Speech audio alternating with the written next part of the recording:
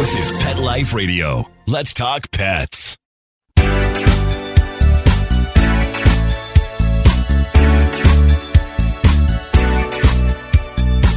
Hello! You're listening to Animal Party on Pet Life Radio, and I want to take us into the ocean today, into the lakes and the oceans and the seas to talk about a few things.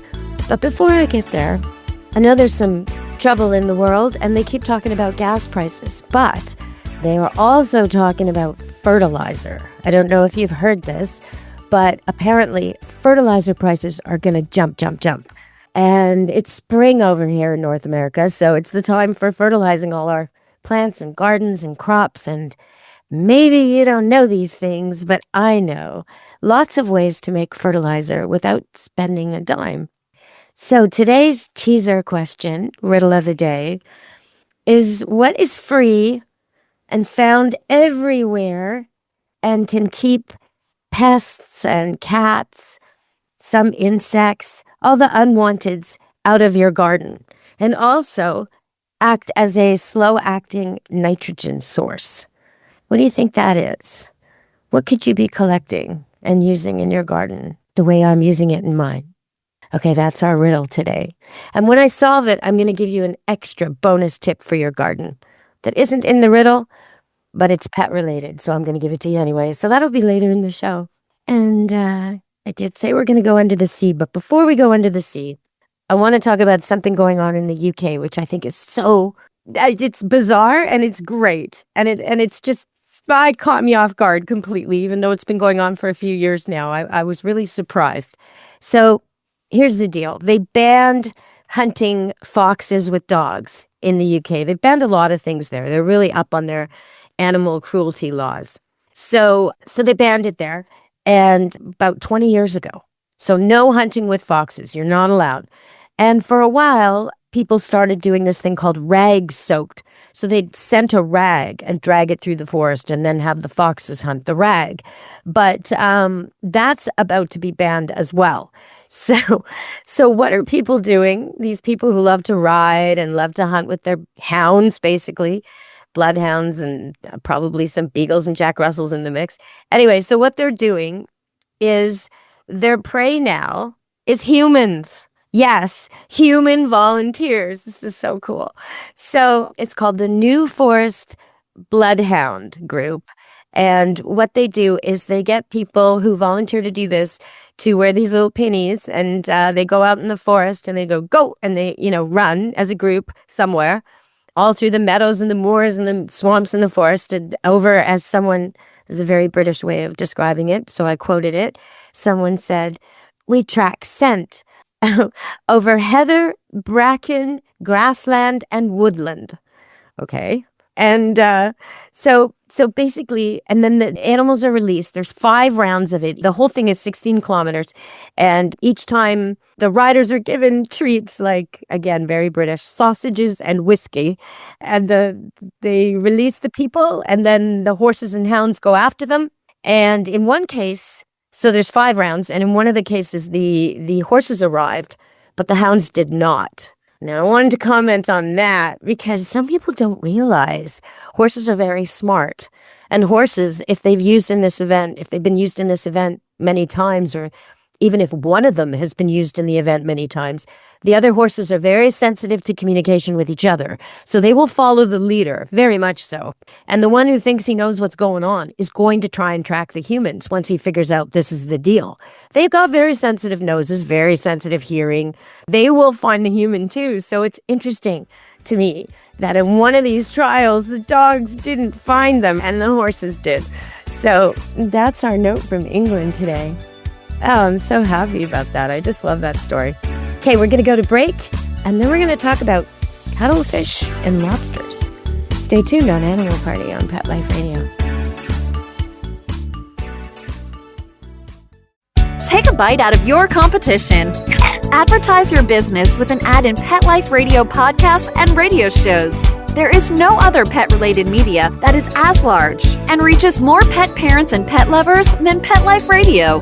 With over 7 million monthly listeners, Pet Life Radio podcasts are available on all major podcast platforms. And our live radio stream goes out to over 250 million subscribers on iHeartRadio, Odyssey, TuneIn, and other streaming apps. For more information on how you can advertise on the #1 pet podcast and radio network, visit PetLifeRadio.com/advertise today. Let's Talk Pets on PetLifeRadio.com.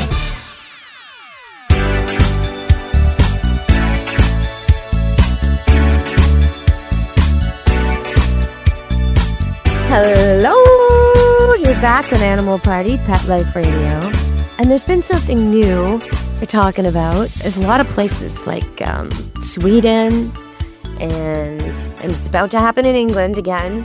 And a lot of European countries have banned the boiling of lobster.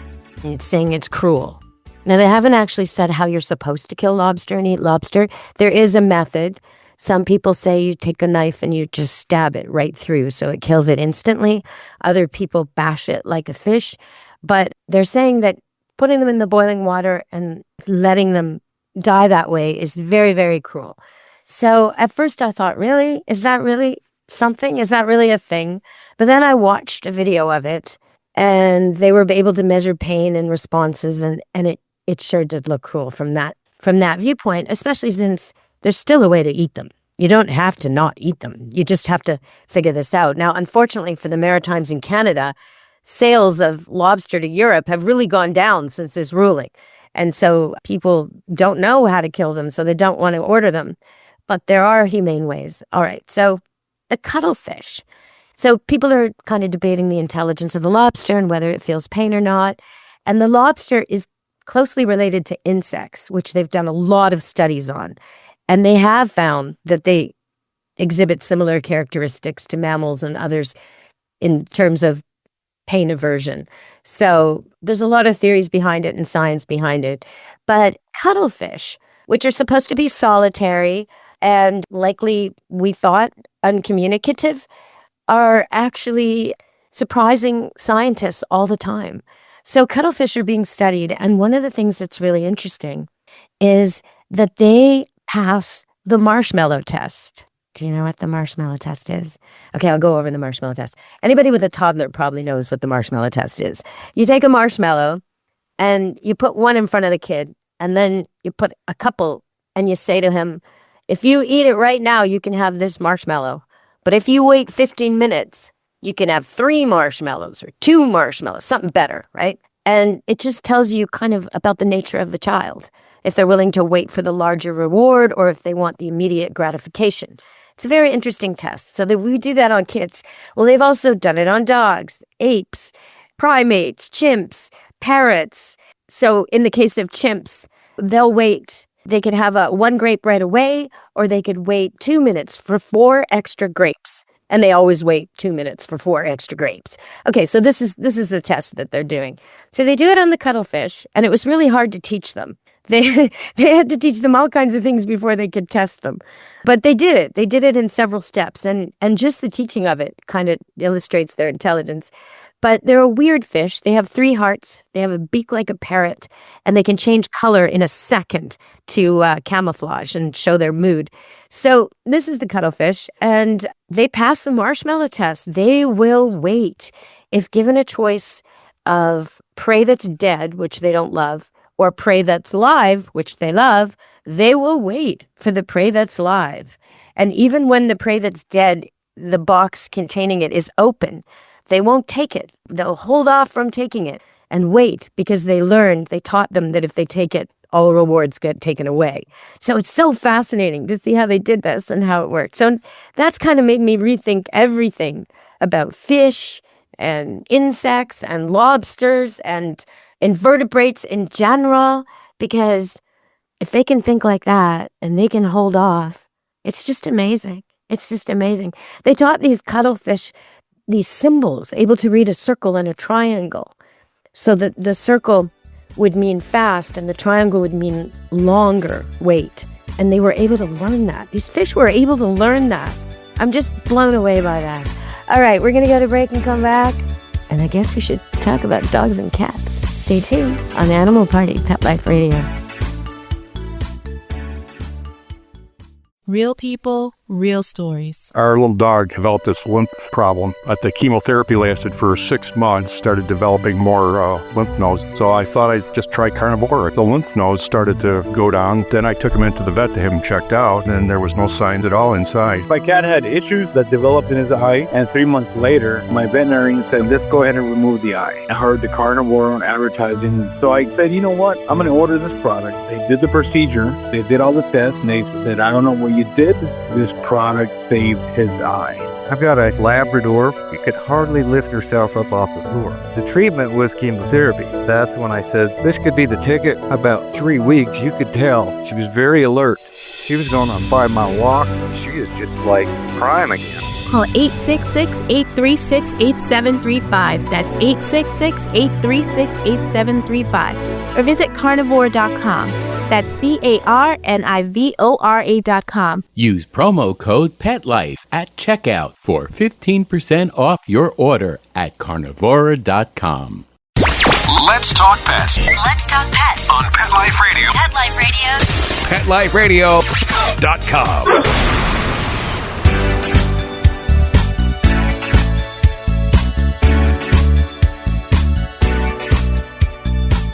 Hello, you're back on Animal Party Pet Life Radio. And I said I'd talk about dogs, so I'm going to talk about dogs, but I'm kind of going to be sneaky about it. I'm going to talk about the ocean still. Well, not exactly the ocean, the lakes. So what's happening in the lakes? Canada has more lakes than the rest of the world combined. So it's very interesting to us to keep our little lakes safe. And the Great Lakes have been invaded with mussels. The mussels stick to the bottom of the boats, and even though the boaters try to be good about it and rinse their boats off, sometimes they don't see it all, and it gets transferred from lake to lake. And these mussels are very invasive, so they're causing huge harm. So what are we doing about it? Well, there are 2 sniffing dogs in my province of British Columbia. But you might say, what? Only 2? You got all those lakes and all those boats, and only 2 dogs? Yeah, exactly. Only 2 dogs. Our province is about the size of South Carolina, and we only have 2 dogs doing this job. So it's just terrible. That's not enough. But fortunately, the local university of British Columbia, UBC, where, it's a great place. It's a great place. Well, I'll talk about that in a minute. But UBC, where they did this research, and they have found a way to test with a machine the DNA on the hull of the boat. So these 2 dogs that are absolutely hardworking and exhausted and always in demand can get a break by having some machines circulated. And so they'll be able to test the hulls of all these boats and make sure that mussels do not travel from lake to lake to lake. Okay, so why is UBC so great? Well, UBC is a gigantic university on a peninsula of land that juts out like a triangle, and between the university buildings and the rest of the suburbs in the city, there is a golf course and also huge amounts of natural forest trails. Because it's a peninsula, on all sides of it, there's ocean. River on one side, and then the river feeds into the Georgia Strait, and so you have seals and marine birds and all the great blue herons and eagles and everything you could want to see at the beach. An enormous beach. The beach stretches they have all different names, Spanish Banks, Jericho, and then you get toward Acadia, and now you're getting to where the UBC grounds are. Then there's Wreck Beach, and then around the corner, there's all the riverlands. Great place to walk your dog on the forest trails. Great place to ride a horse. Great place to take your kids. When I was a scout leader and my kids were little, all the kids all around here from the whole lower mainland, like 2 hours away, would all go there at night and do this night hike in the forest where they had to practice orienteering, and they would be out all night in the forest. It's just an amazing place. And UBC is a very cosmopolitan place. A lot of ideas, a lot of students from all over the world in a beautiful, pristine environment. It's just amazing. So the fact that they've developed this, kudos to them. They're helping the world. They're helping the world stay free of the mussels. So that's a wonderful thing. And they're giving these 2 dogs a bit of a rest. I wish they would train more dogs for tasks like that, because it's pretty easy for dogs to sniff things. And I've discovered that myself recently. I decided to try looking for mushrooms last fall, chanterelle mushrooms, these edible mushrooms that are very gourmet and expensive and healthy and hard to find, supposedly. And at first I didn't have much luck, but then I started to have some luck. I found a giant cauliflower mushroom and then later a few chanterelles, and it was slow going at first, but each time I would celebrate and I would give my dogs a little treat. And at first the treats were backfiring, so I stopped that because they were getting too interested in the treats. And I started to take a little sample of the mushroom and at home just play with it, just hide it and tell them to find it. And whichever dog found it first would get a treat. And I would use that command, go find the mushrooms, go find the mushrooms. So out in the forest I was celebrating whenever I found them, and inside I was teaching them to find them for a treat. And then gradually I started to bring the treats back out in the field. And now we're at the point where these guys, if I say go find the mushrooms and all 4 dogs take off in the same direction, I know there's mushrooms there. And I have found jars and jars of mushrooms, bags of mushrooms, so many mushrooms. People who've been doing it for years can't believe my photographs.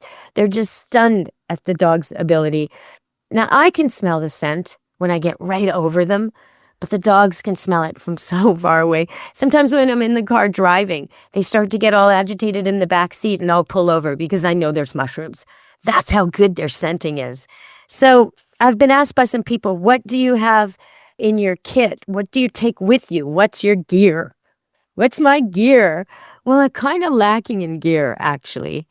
Initially, I was doing it with plastic bags till I figured out that's no good. No, because the mushrooms get all soggy and heavy and it kind of ruins them. So, okay, I was able to order a mushroom foraging bag off Amazon, the cheapest one I could find, with durable straps and great ratings, and a little pouch for my X-Acto knife, my compass, and my emergency blanket and my emergency bear spray.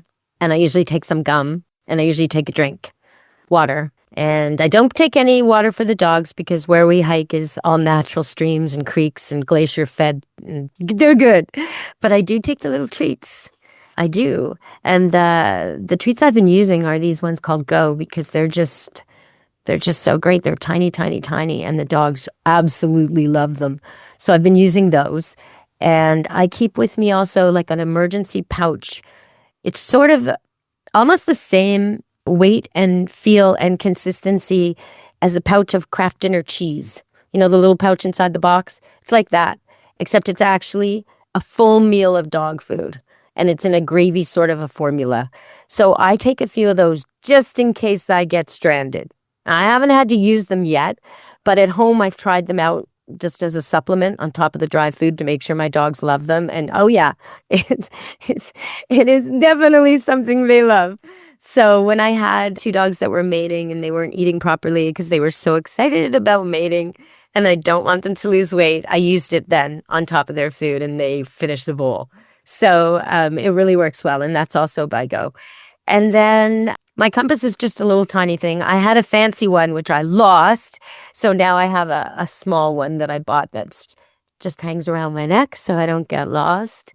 And you might think, oh, well, what about your phone? Can't you use your phone? I do have my phone, and I have Beats earbuds so that I can hear music the whole time I'm going.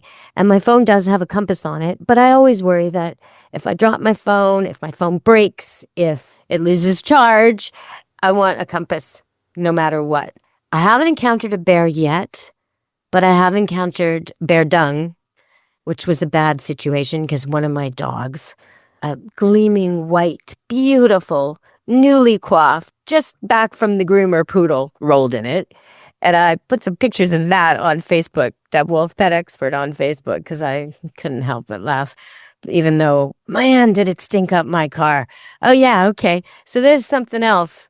Something else I take with me is enzyme cleaner from Nature's Miracle. That's right, I do. Because when my dogs come back from running in the forest in the mud and rolling in bear poo on occasion and get back in the car and drip, drip, drip all over, even though I have a really cool dog seat guard thing that I got off Amazon, a really cool one. Even though I've got that and a blanket over it, my car still stinks. It stinks. It stinks so badly that no person could sit in there for more than a minute. It is the weirdest, oldest, rankest smell you can't imagine. And all I have to do is take a little bit of this Nature's Miracle Cleaner stuff. I have two kinds. I have one for cats and one for dogs, and they both work equally well on the mucky, disgusting smells in my car. And just one quick wipe and a spray, and it's good enough to take people in, to take actual humans, even teenagers who are very picky. So, yeah, I swear by that. That I don't go anywhere without. It's always in my car. Okay, so I guess that's all my gear. I listen to my music because, especially as I'm coming around a corner, especially this time of year when the bears are coming out of hibernation, I want to make sure I'm loud. So I sing, and I sing to my music. So that's how it goes in the forest. All right, everybody, if you want to train your dog to find mushrooms and you got any questions about it, send me your questions to deb@petliferadio.com. Or if you just want to train anything, you got a cat that won't use the litter box, a cat that doesn't like the dog, a cat that's scared of everything. Maybe you got a dog that barks at the neighbors or pulls on leash or eats everything at the park or just won't do what you want it to do.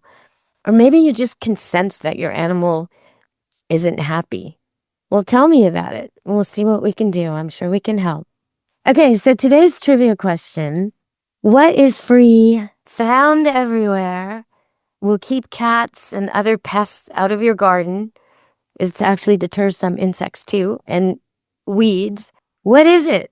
It's a slow nitrogen fertilizer. What? Well, the answer is pine cones. And in my case, fir. Cones from the fir trees. They drop like crazy in my driveway, and I have to rake them up anyway, or else they'll ruin the gravel driveway.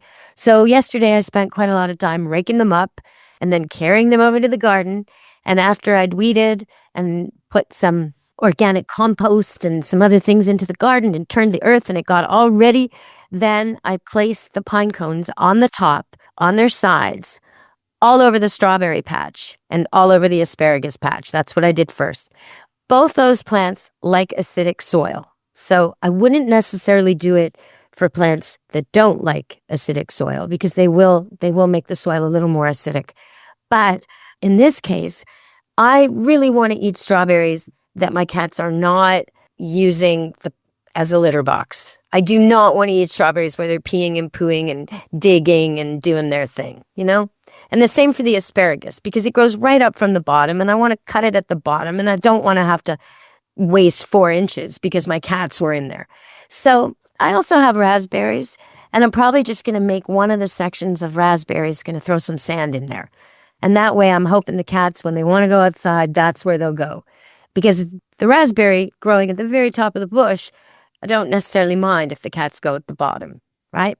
But I do mind if they go on my strawberries and my asparagus. So I'm going to try and work with them here. Having cats in the garden is a good thing. They're breathing carbon dioxide on all your plants. They're getting rid of bugs. They're getting rid of mice. They'll keep rabbits out. I mean, it's a really good thing as long as they don't use your precious vegetables as their litter box. Okay, so one other tip for the garden, because we have this worldwide issue with fertilizer now, I guess it's more important than ever, is dog hair. Dog hair, yes, I'm really saying this. You know how when you brush your dog and then you clean out the brush and there's this like fluff? Or if you take your dog to the groomer, you can ask them, could you please bag the hair you clip off my poodle? I'd like to take it with me.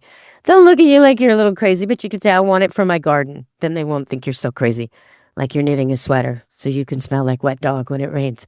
No, you want it for your garden.